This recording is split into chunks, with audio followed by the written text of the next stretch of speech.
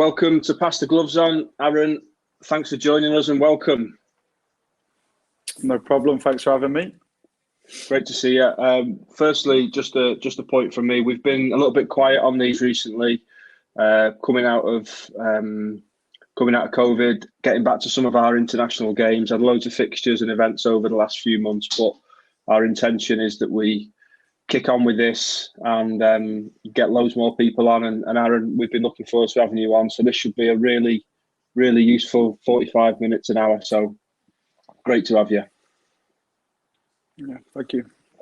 So normally we kind of work through, I know you will have seen some of the guys who've been on some of their Pass the Gloves On. Normally we work through logically through their career or their journey so far, but it'd be wrong to kind of start on that with, the brilliant form that you're in, having an impact on, a team in form. Talk to us a little bit about where you're at the moment. Yeah, I'm in a good place. I'm settled and confident, which is obviously the big thing. I'm confident to speak up. I'm confident of how I'm playing personally and how the team are playing. So obviously you add all these sort of branches and stuff together, and you just feel sort of you're going into games feeling you're not going to lose, you're not going to get beat, you're not going to concede, and that's where I'm at. And it's quicker than I expected it was going to be, but like I say, you get chances which sort of sometimes fall in your lap, and then it's up to you to take it. And I do give a lot of credit to my teammates for helping me out in a lot of the games, and the good thing is when I've been called upon, I've been able to help them out as well. Yeah, you certainly have. So just sticking on where you're at now, so in the league, European and Champions League places is obviously where you're contending with at the moment. How does that differ from previous seasons, whether that be previous seasons in the Premier League or in the other leagues that you've played, or even anywhere else? How does it differ to be, in those positions, and what does it bring? Yeah, it's obviously other end of the table from where I've been previously, and that comes with different pressure. The pressure over the past seasons have sort of been, we need to win these games to try and start climbing and catching teams and working our way up and building momentum. And although some of these words will probably be repeated in this, the pressure is different because it's the pressure is mostly on you.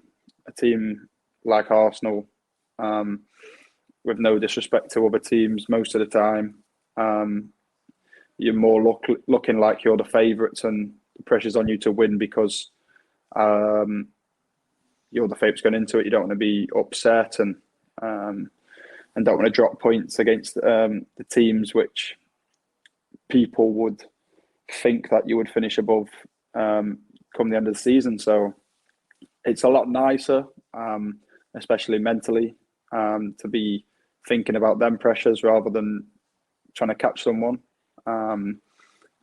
Although we're still catching people at the top of the league,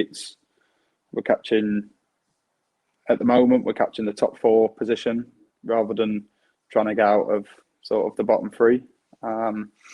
So yeah, I'm going into games and I'm just enjoying it.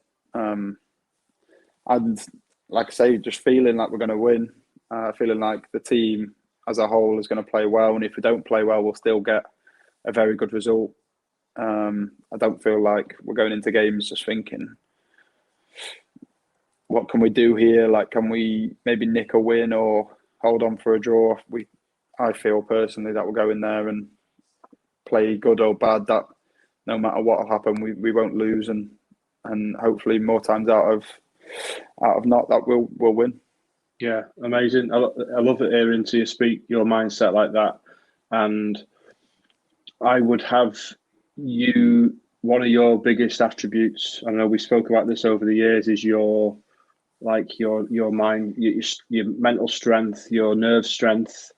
You're a winner in your mind. So what type of things do you do to remain focused in games, to keep having that really strong mindset that you've got? And the reason I ask is, I watch you play a lot, and I don't see anything different in how you approach any of these games. You know, you approach these games exactly how you approach games in League One, in League Two, and you know, in youth teams. So tell us a little bit about that. Yeah, so my mindset is obviously going out and winning, being the best version of myself whilst enjoying it. A little bit off topic, but the start of last season was tough, and I probably fell out of love a little bit of sort of goalkeeping and the game. And now I've obviously gone back to where I was before, and where I am now is just my love for goalkeeping again. Diving around in the mud, just being that type of not putting. I put pressure on myself, but not to the degree of beating myself up about it. And I've found the bigger the game, the bigger the occasion, the bigger the game is, more times out of not that my performance is better. So, and I haven't changed that, but I just feel like now I've come to the realization that the next game is always the biggest game, nice, no matter what it says.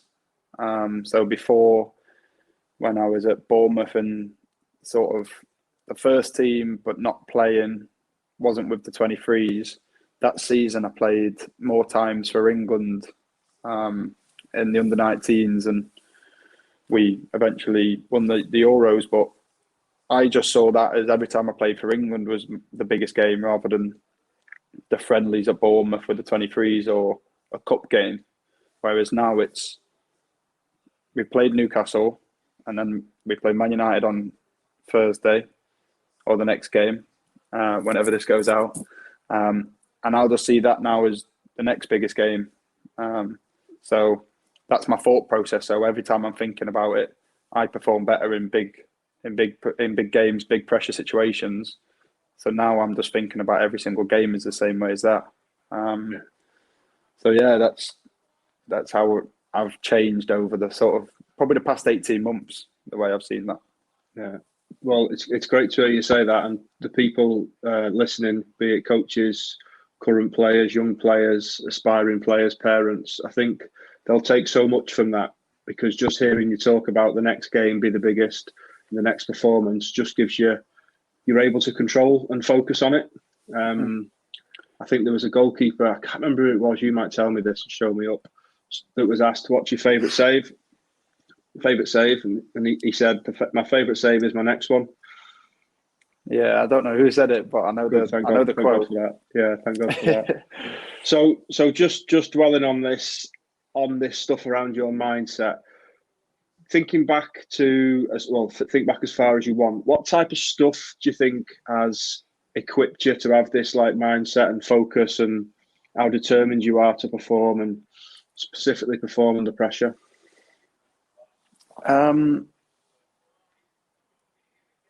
I feel like, as stupid as it sounds, when I was sort of playing Sunday League, an early stage of my career at Bolton in the academy, my dad and my mum would be on the side watching every week. But there'd be times where like my dad would like try and walk around as close as he could to the goal, and he'd like shout me, and then like I'd turn around and he'd have his phone out, like trying to get a quick picture and whatnot. And that, at the time, I used to hate it, but then thinking about it now, it took my concentration away from me trying to do, even at that age, I was trying to sort of do everything. Like, we've worked together for a while, and there's times where you can't shut me up, and sometimes it takes it away from my own performance. And it a little bit goes back to the question before, where I interact with the crowd and things like that, or talk to sort of the ball boys or whatever, because I can't concentrate on one thing for too long, because I'll start making other mistakes or getting bored. Okay. And then the main thing for the sort of the mental side of it is definitely getting released from Bolton at the age of 15, doing 4 to 5 days a week for 5 years or 4.5 years, to then get told the contract won't be offered for a scholarship, and the reason of it being you were too small and couldn't kick. Obviously, at the time, now I can agree with it. At that point, I was, as a 15-year-old, I was probably 5'8", probably couldn't kick it to the halfway line. So, you know, at the time it was correct, but it was the way it was never given a chance to run. And spending sort of 2 months going on loan with my dad, on trial, with my dad, staying in service station, like little hotels, going from one club to the other the next day, and clubs, Leicester, Rotherham, some other clubs basically saying no, and then finally 2 clubs sort of took a chance, and it was for me to choose. So that's definitely where my desire and determination comes from. Yeah, brilliant. So it's amazing to hear, and also inspiring to hear that. I'm guessing there'll be some people listening to this, I'm thinking probably young player or parents, who can relate to this really, really coherently at the moment. Like, what advice would you give to, a young 15-year-old who might be going through that?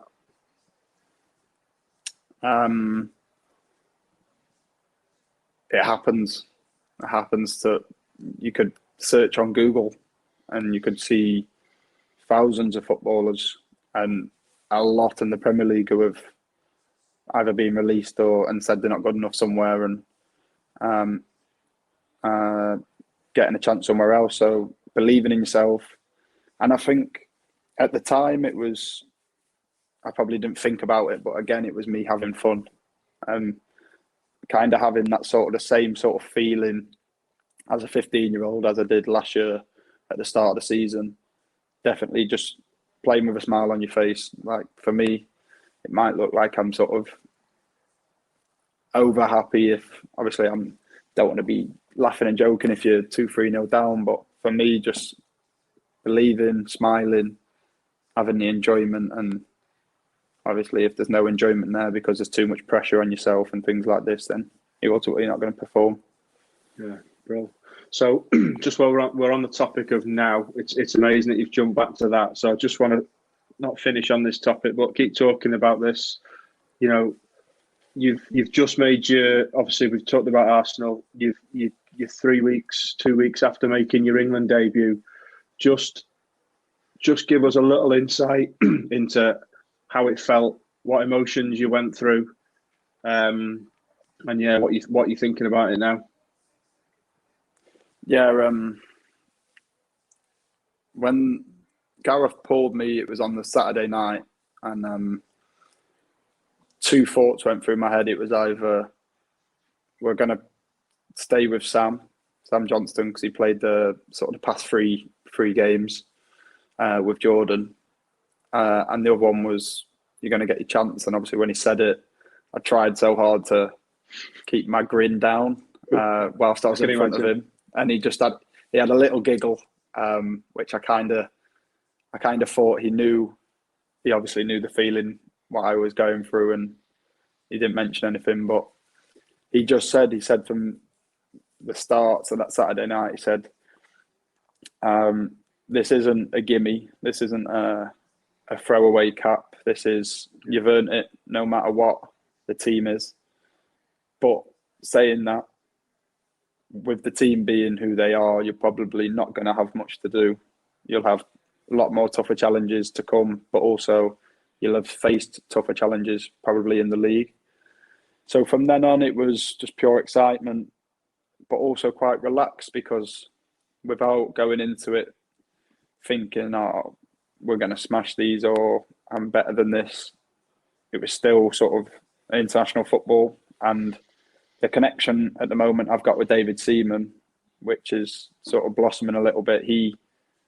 I knew about when San Marino scored after 8 seconds or something. So I knew it could happen.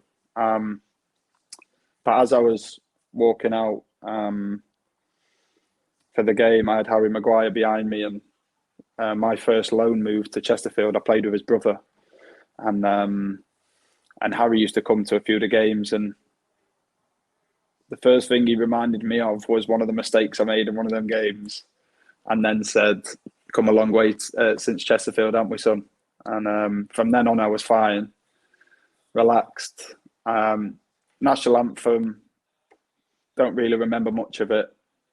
The fans, I think, were singing a little bit too quick. We were singing, I think, trying to keep up with the time, and I sort of got lost in it. Looked up, see my mum, my dad and my girlfriend crying, and I was just like, a whole heap of emotions came over me. And then I managed to make a save, made a punch, and a few nice 5-yard passes. And again, at the end, the boss came over and said, "Told you wouldn't have to do too much, but what you've done brilliantly." So even though, like I say, it was probably one of the easiest nights of my career, it was one I'll always remember, that one save and that one punch. Yeah.